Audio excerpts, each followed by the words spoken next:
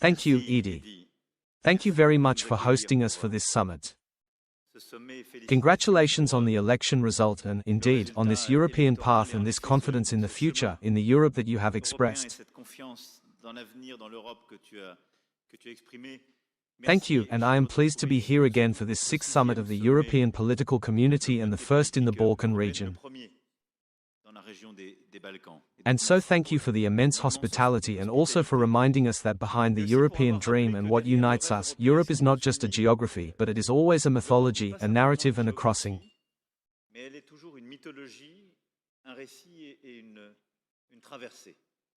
And to remind us that this Europe of the Renaissance, of the Enlightenment, that of peace, progress and culture is the one that inspired us and that, deep down, makes us want to do it.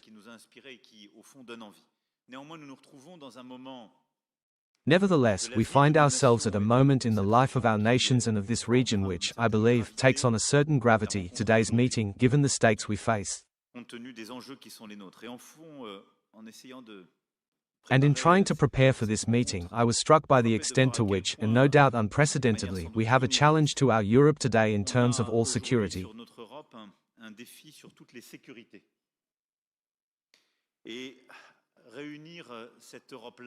And bringing together this broad Europe beyond the European Union, bringing together, precisely, among equals, all the heads of state and government and all the nations that are represented here, is trying to give our great continent a chance to face the challenges it faces through unity.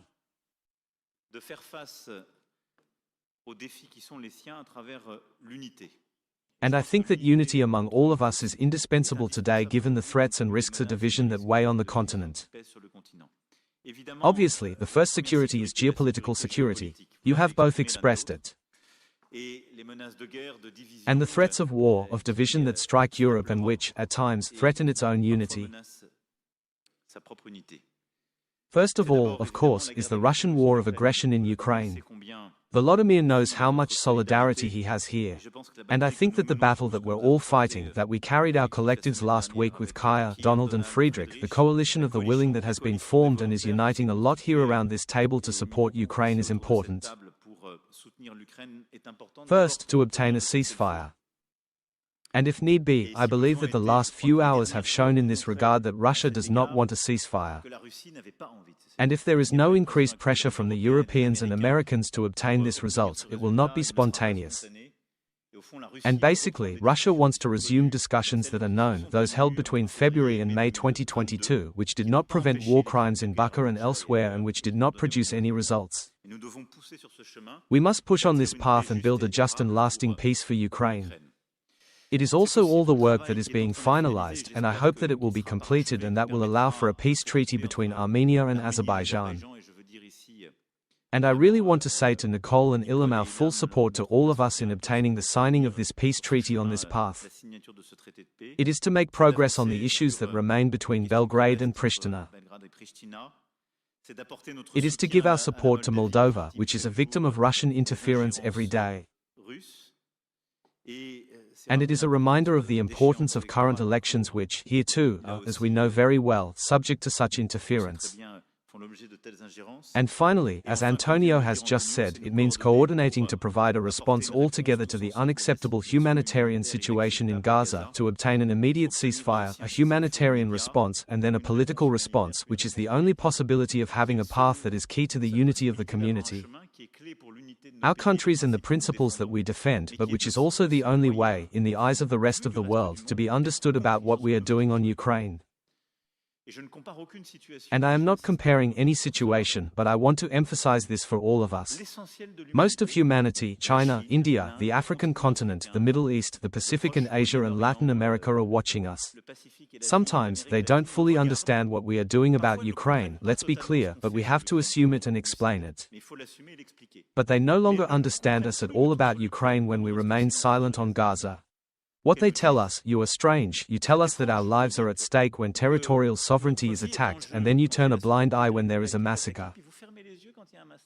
And I'm not comparing anything, I know the stories, but I really want to wake us up here collectively on the coherence that we must maintain on these points. Deep down, we see it. All these situations show the need for peace, the need, obviously, to return through diplomacy, but this is the path on which we must find unity for our security and on which we must also build a collective response. And behind that, in order to be credible, there too, we need to have a common response. A large majority of us are part of NATO, but we also need to have a strong European pillar in NATO and to act as Europeans for our collective security. And the last few weeks and months have shown it. And Europe, the broad Europe, is taking on even more strength and relevance in the moment we are living in precisely to ensure its own security. The European political community is also the space that allows us to build security for our populations. And in this regard, the fight against drug trafficking and the fight against illegal immigration are essential issues that we have all begun to discuss together and on which I hope that we will be able to begin together to structure coalitions of states, international organizations and specialized European agencies to combat trafficking. In particular port and river transport, and to build data exchanges, fight against illicit financing, money laundering and corruption, and strengthen prevention programs. This is a battle that is key, which is awaited by our populations. All this trafficking is interlinked. And the European political community is also the space that allows us to build very concrete cooperation in this area. The third element is democratic security. Alain, it's the door to the many in all his speeches and through his organization, but we see through our elections, Romania is experiencing it at the moment, I mentioned it, Moldova experienced it very recently, we very clearly have threats that undermine integrity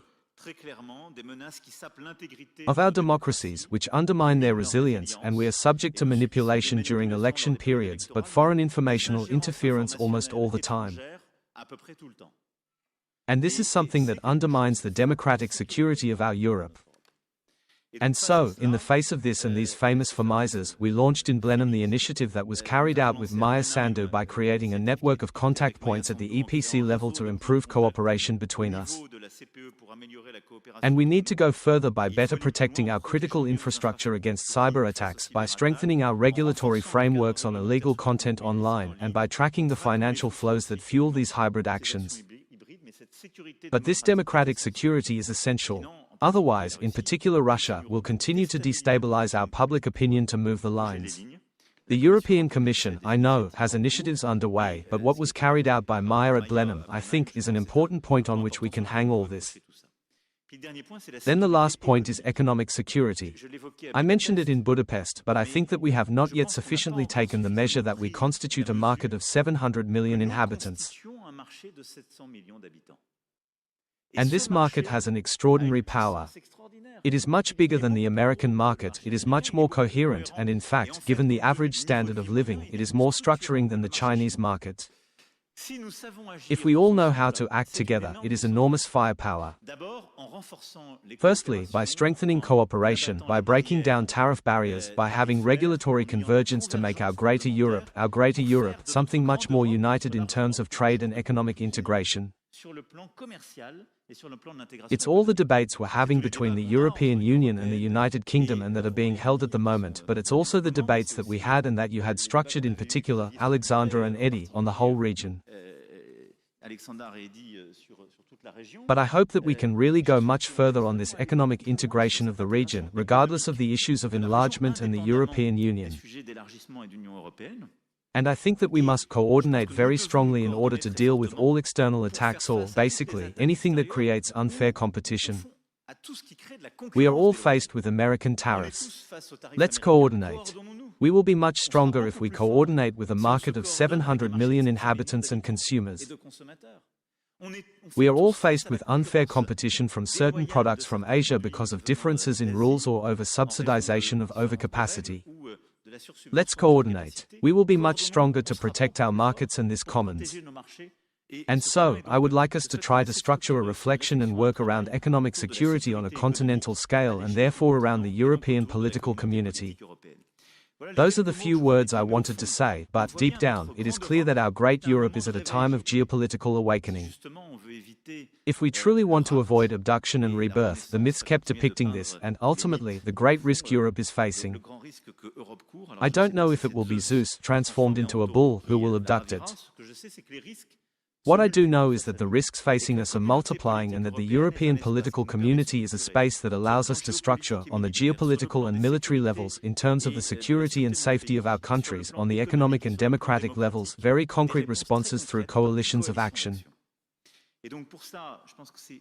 And so, for that, I think it's time, as was proposed by Victor and Eddie, the follow-up of a support coordination team to follow up on the concrete projects of EPC, which could be ensured by the Troika of Presidencies and the President of the European Council. And as a result, each time, to be able to plan the 2 future presidencies, which would allow us to have permanent troikas and a follow-up of the projects that we launch in this framework. In any case, Eddie, thank you for allowing us to meet in Tirana. And thank you for the hospitality and lyrical love of our Europe that you carry.